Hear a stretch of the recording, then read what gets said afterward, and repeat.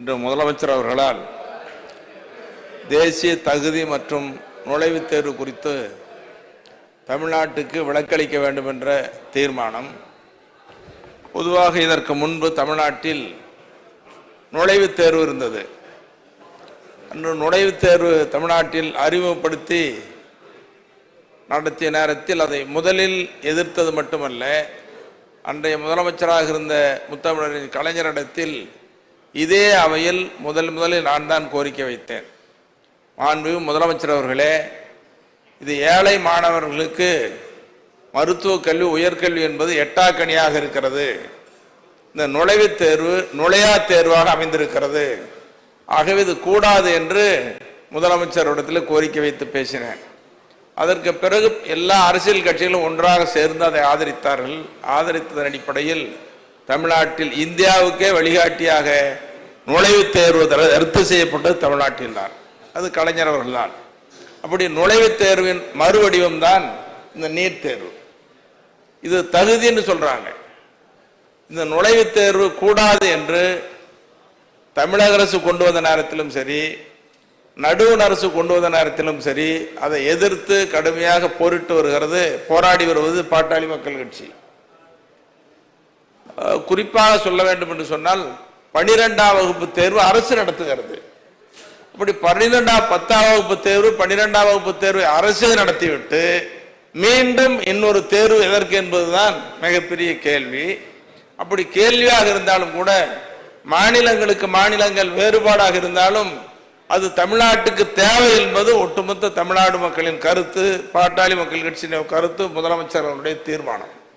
இதைத்தான் 2 முறை இந்த மாமன்றத்தில் தீர்மானமாக நிறைவேற்றி அனுப்பியிருக்கிறோம். அந்த அடிப்படையில் இந்த தகுதி தேர்வு என்பது தகுதியின் அடிப்படையிலே தான் 12ஆம் வகுப்பு மதிப்பெண் பெறுகிறார்கள். அந்த 12ஆம் வகுப்பு மதிப்பெண் என்பதே போதுமானது, இன்னொன்று தேவையில்லை. அது மட்டுமல்ல, இந்திய அளவில் எடுத்துக்கொண்டால் மருத்துவக் கல்லூரிகள் அதிகம் இருப்பது தமிழ்நாட்டில். அதை கூட நாங்கள் கோரிக்கை வைத்தோம். அரசின் முடிவாக மாவட்டத்திற்கு ஒரு மருத்துவக் கல்லூரி என்ற கொள்கை முடிவெடுத்து இன்று மாவட்டந்தோறும் மருத்துவக் கல்லூரிகள் துவக்கப்பட்டு வருகிறது. அப்படி மருத்துவக் கல்லூரிகள் அதிக எண்ணிக்கை, மருத்துவ படிப்பு மாணவர்கள் சேர்க்கை அதிக எண்ணிக்கை இருக்கிற நேரத்தில் இந்த நீட் தேர்வினால் மற்ற மாநிலத்தில் எல்லோரும் இங்கே வந்து நுழைந்து விடுகிறார்கள். தமிழ்நாட்டின் உரிமை பறிக்கப்படுகிற செயலாகவே நாம் பார்க்கிறோம். இந்த தீர்மானம் என்பது தமிழ்நாட்டின் உரிமையை காக்கிற தீர்மானமாக பாட்டாளி மக்கள் கட்சி கருதுகிறது. அந்த அடிப்படையிலே தான் இந்த நீட் தேர்வை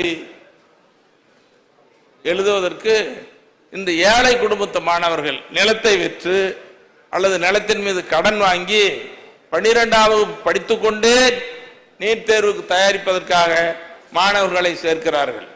நீ நினைச்சு பார்க்கணும், ஒரு மாணவனுக்கு 3.5 லட்சம், குறைஞ்சது 5 லட்சம், 6 லட்சம், 7 லட்சம் சொல்லி எவ்வளவு செலவழிக்கிறது? இது ரொம்ப கூடுதலா இருக்கு. இது கூடாது என்பது.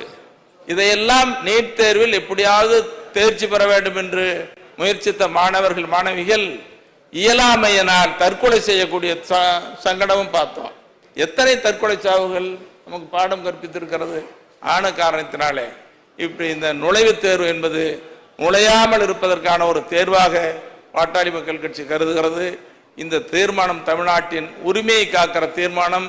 நீட் தேர்வு கூடாது என்பதிலே பாட்டாளி மக்கள் கட்சி உறுதியாக நின்று இந்த தீர்மானத்தை வரவேற்று அமர்கிறேன். பாதகம் செய்பவரை கண்டால் நாம் பயங்கொள்ளலாகாது பாப்பா, மோதி மிதித்து விடு பாப்பா, அவர் முகத்தில் உமிழ்ந்து விடு பாப்பா.